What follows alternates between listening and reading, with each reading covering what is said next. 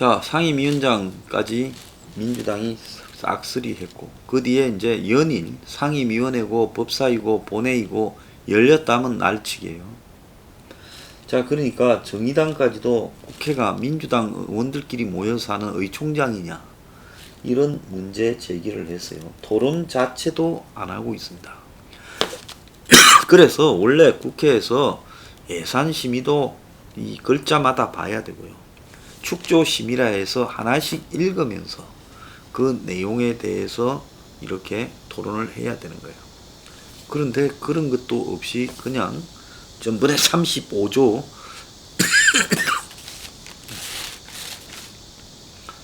저번에 35조 추경도 그런 식으로 그냥 해버렸고, 이제는 할 때마다 그렇게 합니다. 그러면 이쯤 되면 야당이 필요 없다라는 부분 아니겠어요? 그러면 이제 야당이 어떻게 해야 되는가가 남아 있습니다. 앞으로도 계속 이렇게 할 거고, 그 다음에 여름이 끝나면 정기국회가 돼도 이렇게 할 거고, 국정감사도 이렇게 할 겁니다. 뭐 쓰레기를 임명해도 청문회도 이렇게 합니다. 그래서 이제 여당에서는 야당이라는 것은 인정하지 않는다는 거예요. 자, 가장 민주주의자인 척하는 문가리우스가 실제로는 완전히 독재자의 면모를 보여주고 있어요. 야당을 인정하지 않는다. 그런데 야당의 지금 지도부는, 제 개인 생각입니다, 저는 문가리우스의 원격 조정을 받는 리모컨 컨트롤, 리모컨에 의해서 이 움직여지는, 저는 간첩들이다라고 보고 있습니다. 황교안 때부터 간첩이 시작됐다고 보고 있습니다. 그래서 황교안부터 김종인으로 교체되었지만 이것은 결국 황교안이나 김종인이나 똑같은 간첩단들이다. 저는 그렇게 보고 있습니다. 그래서 황교안이 총선 직전까지 안간힘을 썼잖아요. 지려고. 김종인이가 보름 전에 들어왔지만 이자도 지려고 안간힘을 썼고, 지고 나서도 양심적 가책도 없었습니다. 황교안은 물러나면서 내 다음은 김종인이다 하고 갔어요. 그래서 이들이 지금 노리는 거는 보수의 재집권도 아니고, 문에 대한 심판도 아니고, 서민의 세상을 열겠다는 것도 아니고, 기득권으로서 자기 지분을 가지고 다시 보수의 지분으로 지금 그야말로 여야가 골고루 나눠먹는 이원 집정부제에 참여하는 거다. 참여 지분을 획득하는 게 목적이고, 그때까지 야당인 척 쇼하는 게 목적이다. 지금 저는 그렇게 보고 있습니다. 그러니까 뭐 김종인이가 이러면 다른 방법이 없다, 장외투쟁 가야 되냐, 이렇게 자기들끼리 오늘 회의도 했다는 거예요. 김종인이 이래도 아무것도 안 하고 있으면 뭐 어떻게 되겠습니까? 너 그거 왜 있냐, 이렇게 될 거니까. 그래도 내년 4월까지 대표직은 유지해야 또 뭐 개헌을 하게 되면 광이라도 팔 거 아닙니까? 그러니까 안 쫓겨나려고 전면적인 투쟁을 한다 말은 해놓고, 원내 투쟁 병행하자고 또 정진석이가 그랬대요. 이자도 또 정체가 아리까리한 대표적인 자입니다. 이미 보수 집권 때부터 박근혜와 이명박 사이에서도 아리까리했죠.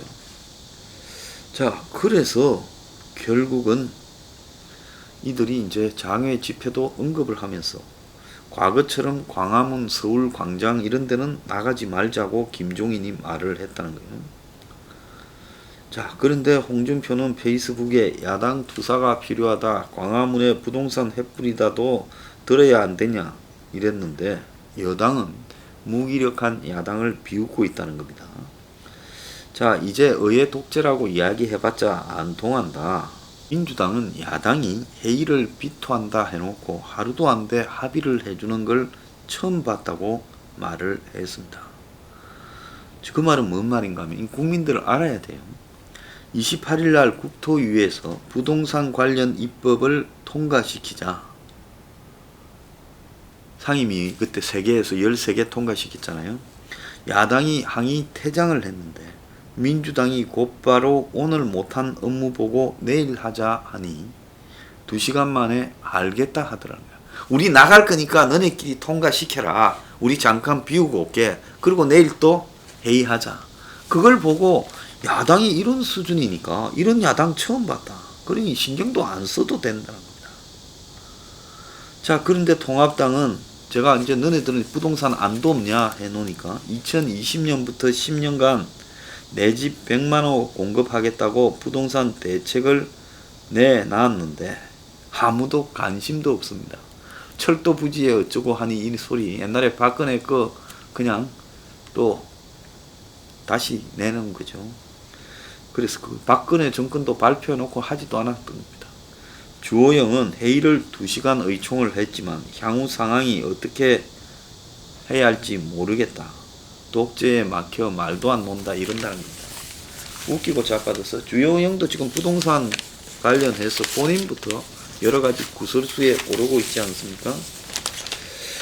자, 맨날 고민만 한다고 합니다. 그런데 솔직히 말하면 이것들은 야당 의원으로 적당히 프로레슬링에서 한 대 맞고 기절한 척 하는 것이 직업인 자들이에요. 이기는 게 목적인 게 아니라 적당히 고함 지르는 척 하다가 한 대 때리면 그냥 죽은 척 기절하는 거. 그게 목적인 자들입니다.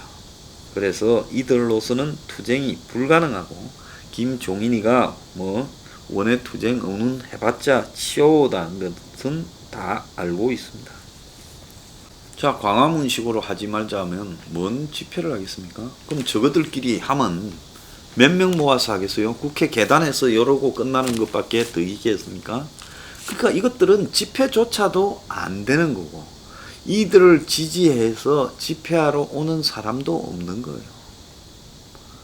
그러니까 맹색이 정치인들이 서민 대중의 가슴에 울림을 주어서 그 정치인이 어떤 주장을 하면 그 말을 듣고 지지하고 힘을 보태야 되겠다고 사람들이 진짜 벌떼처럼 모여드는 그런 역할을 할 처지도 안 되는 겁니다. 자, 그러면 오늘날 이 시점에서 냉정하게 한번 봅시다. 지금 박근혜 정부를 흔들어 제끼면서 촛불을 만들었던 지금 좌파들하고 오늘날 지금 저렇게 문에 한마디로 이쪽에 뭡니까? 맞아주는 엑스트라잖아요. 문의 독재의 일종의 장식 역할, 엑스트라 역할을 하고 있는 저 미통당하고 이 차이에서 솔직히 말하면 지금 문이 이렇게 정치를 개판으로 해서 지지율 떨어지는 거하고 선거에 이기는 거하고는 아무런 상관이 없는 거예요. 오거돈이 성추행을 하고 박원순이 사다가 자살하고 윤미향이 사태가 터지는 거하고 국회에서 날치기 하는 거하고 부동산 폭등하는 거하고 대선 이기는 거하고 관계가 있다고 보십니까? 냉정하게 이야기하면 관계가 없다고 봅니다. 또 대선에서는 조직화된 선동으로 이겨먹을 겁니다. 이건 쉽게 말하면 어떻게 해야 설명을 해야 되는가 하면 지금 저 미통당이나 그 수준으로는 이제 어떤 선거를 하더라도 제 생각에는 이 문정권이 저절로 무너지기 전에는 선거 이기는 역량 자체가 안 되는 집단이다. 쉽게 이야기를 하면 일본이 조선을 점령하고 만주에다가 만주국 세워놨잖아요. 청나라의 마지막 황제 푸이라고 하는 애를 데려다가 거기에 수장으로 세워놨습니다. 위성야당이다. 만주국을 위성국이라고 불렀잖아요. 일본의 위성국. 가짜로 만들어 놓은 국. 당시 일본이 중국의 내부에 많은 그 위성국가를 만들었습니다. 그러니까 마찬가지로 지금 이 미통당이야말로 이 문가리에서 좌파 정권이 독재 정권이 만들어 놓은 위성 야당 이런 거 옛날에 어디서 좀 봤지요? 어디서 봤습니까? 전두환이 쿠데타를 해서 집권을 했잖아요.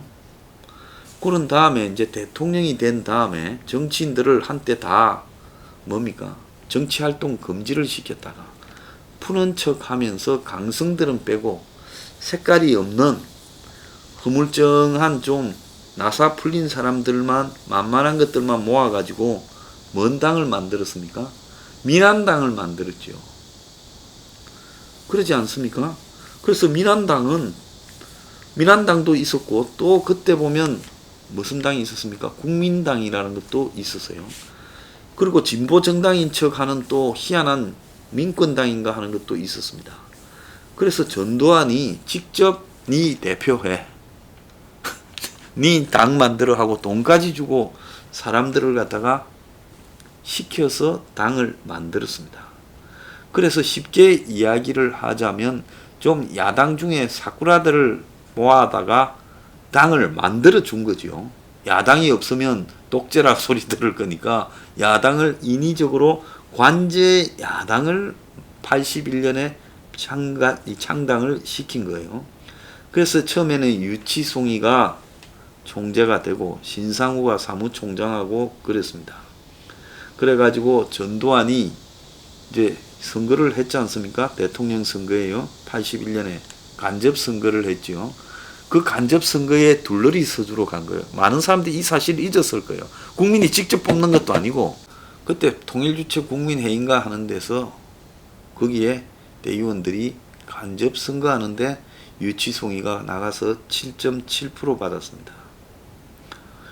자, 그리고는 그 뒤에 한동안에 이제 이 총선에도 참가하고 해서 제1야당으로 역할을 해왔다가 YS하고 DJ가 신한민주당, 신민당을 만들면서 84년 총선에서 박살이 났지요. 그래서 이 가짜 야당이 사라졌습니다. 지금 제가 미통당을 보면요. 이 미통당이 황교안 때부터 김종인까지 지금 전두환 때에 민한당이 생각이 납니다. 자, 세월이 지나면 이 지금 진실이 밝혀질 거라고 보는데요. 지금 이런 보수로, 가짜 보수, 위성 정당으로는 저는 대선이 아니라 어떤 선거도 이기기가 불가능하다. 지는 것이 숙명으로 만들어진 가짜 야당이 어떻게 대선이든 무슨 선거를 이길 수 있겠느냐. 자, 그러면 그 가짜 야당을 찬양하고 거기에 황교안을 떠받치던 유튜버들이니 논객들은 뭐냐? 다 쓰레기라고 봅니다. 그것들도 문가리우스가 그야말로 가짜 야당을 떠받치기 위해 만들어 놓은 치어리더들이라고 봐요. 자, 그러면 이 앞으로의 이 선거에서 이런 가짜 야당으로 희망이 있느냐? 없다 봅니다. 그럼 어째야 되느냐? 저는 보수 진보로는 이제 틀렸다고 봅니다. 솔직히 말하면 지금 한국의 보수라고 하면서 지금 뭐 오늘도 제가 어떤 분하고 식사했는데요. 친구들이 뭐 전화가 와가지고 황장수는 왜 방송할 때 고함을 지르냐. 다 살만한 사람들이에요. 저 광화문 시청 앞에 집회 나가는 양반들입니다. 자, 그런 사람들이 제 방송을 볼 때 불편하겠지요. 그런데 그런 사람들은 자기 인생에 늙어 죽을 때까지 돈 걱정 별로 없는 사람들이에요. 자, 그런 사람들이 황장수를 보면 불편하겠지요. 근데 그런 사람들을 위주로 보수가 가서는 이거는 망하는 길만 남아 있다는 겁니다. 우리나라에요. 늙어 죽을 때까지 돈 문제에 걱정이 없는 사람 몇 프로 되겠습니까? 대다수가 내 노후가 어떨지, 그리고 내 자식이 어떻게 될지 걱정에 걱정으로 살아갑니다. 너무 걱정이 되어서 걱정을 안 하려고 할 뿐이겠죠. 자, 그래서 저는 기득권 대 반기득권 구도를 짜가지고 붙어야 된다 생각합니다. 대한민국의 저 썩은 보수요. 저는 보수도 아니고 이념적 가치도 없고 이제 이명박이나 박근혜 수준의 인물도 나오지도 않는다고 봅니다. 이제 끝났다고 보고 있어요. 저 수준, 현재 거론되는 인물 수준으로는 저는 일단은 싸움 자체가 안 되고 그 다음에 보수가 이미 무너졌다고 보고 있습니다. 자, 그렇다면 이거 어떻게 해야 되냐. 저는 보수 대 진보, 좌대 우 이 구도로는요 앞으로 싸움을 이기기가 매우 어렵다. 그러려면 뭔 싸움으로 바꿔가야 되냐. 기득권 대 반기득권. 문재인이야말로 그야말로 좌파 기득권이다. 근데 보수에서도 기득권들이 있다. 그들도 동시에 적이다라고 설정하고 기득권 대 반기득권 구도로 만들어가야 이긴다고 봅니다. 어떻게 보면 좌우 이념 대결은 이거야말로 기득권들이 계속 자기들끼리만 교대를 하려고 만들어 놓은 가짜 이데올로기다. 그래서 여기에 이념 대결이 대단히 중요한 것처럼 보이지만은 반기득권들이 뭉쳐서 이것들이 서로 싸우는 것 같아도 짜고 치는 프로레슬링 하고 있는 같은 놈들이다라고 비판하는 부분을 막기 위해 여기에 지역도 집어넣고 그리고 여기에다가 이념도 집어넣어서 마치 그 이념이 엄청난 무슨 실체가 있는 양 포장을 하고 있는데 그 이념의 실체는 기득권을 유지하기 위한 것밖에 없다라는 거예요.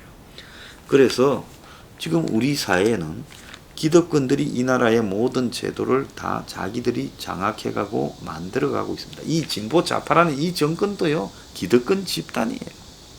그래서 절대로 주거 문제나 대학 입시 문제나 민노총 해체 문제, 민노총도 기득권이잖아요. 그래서 민노총에 속한 소수만 계속 잘 됩니다. 그들만 정년까지 갈 수 있어요. 대한민국에 지금 정년까지 가는 직장이 어디 있습니까? 공무원하고 민노총밖에 없어요. 자, 그렇다면 이걸 어떻게 바라봐야 됩니까? 그들도 기득권이다. 그래서 민노총 해체해야 된다.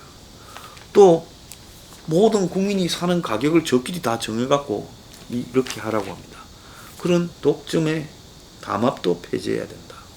또 더 나아가서 기득권끼리 저거 자식 잘 되게 하려고 로스쿨부터 대학 입시제도, 의전은 이제 공공의료 전문 대학원을 만든다지 않습니까? 다 없애야 된다. 의대 정원을 없앤다는 것도 그거하고 관계 있어요. 왜? 의대 정원을 요런 참에 코로나 핑계로 늘려놔야 어떻게 돼요? 저거 자식들 의대 보내기 쉬우니까요. 그래서 이런 식으로 기득권들이 이 사회를 다 저거 손으로 장악해가고 부패하는데 부패하는 부분을 못 해먹는 부분을 못 잡도록 검찰까지 해체하고 판사들도 쫄딱으로 만들어 놓고 공수처라는 걸 만들고 그 쇼를 하지 않습니까? 그렇기 때문에 이 싸움은 이제는 철저하게 기득권 대 반기득권으로 가야 된다. 그리고 저 미통당이라는 저 당도 기득권의 일부로 치부해야 된다. 그래서 민주당과 문가리우스 미통당까지 한 통속으로 다 썰어버려야 된다라는 이런 구도를 짜지 않고는 제가 볼 때 기존의 보수 진보의 좌우에 놀아나다가는 이거는 누가 짠 거냐? 문가리우스가 영영 해먹기 위해서 짠 구도라 이렇게 저는 봅니다. 자, 그때는 답이 없다라고 생각합니다. 광화문 시청의 기억은 다 있기를 바라고요. 그 다음에 지금 탄핵이니 부정선거니 하는 이 이야기들도 그야말로 끝없이 한마디로 개미 지옥에 빠져가지고 늪에서 빠져나오지 못하도록 던지고 있는 일종의 수라고 생각합니다. 그렇기 때문에 지금 깨어있는 사람들은 기득권 대 반기득권 구도로 인식을 하고 사고를 아예 바꿔야 된다. 저것들은 과거의 민한당 수준의 위성야당이다. 이것이 오늘 제 생각입니다.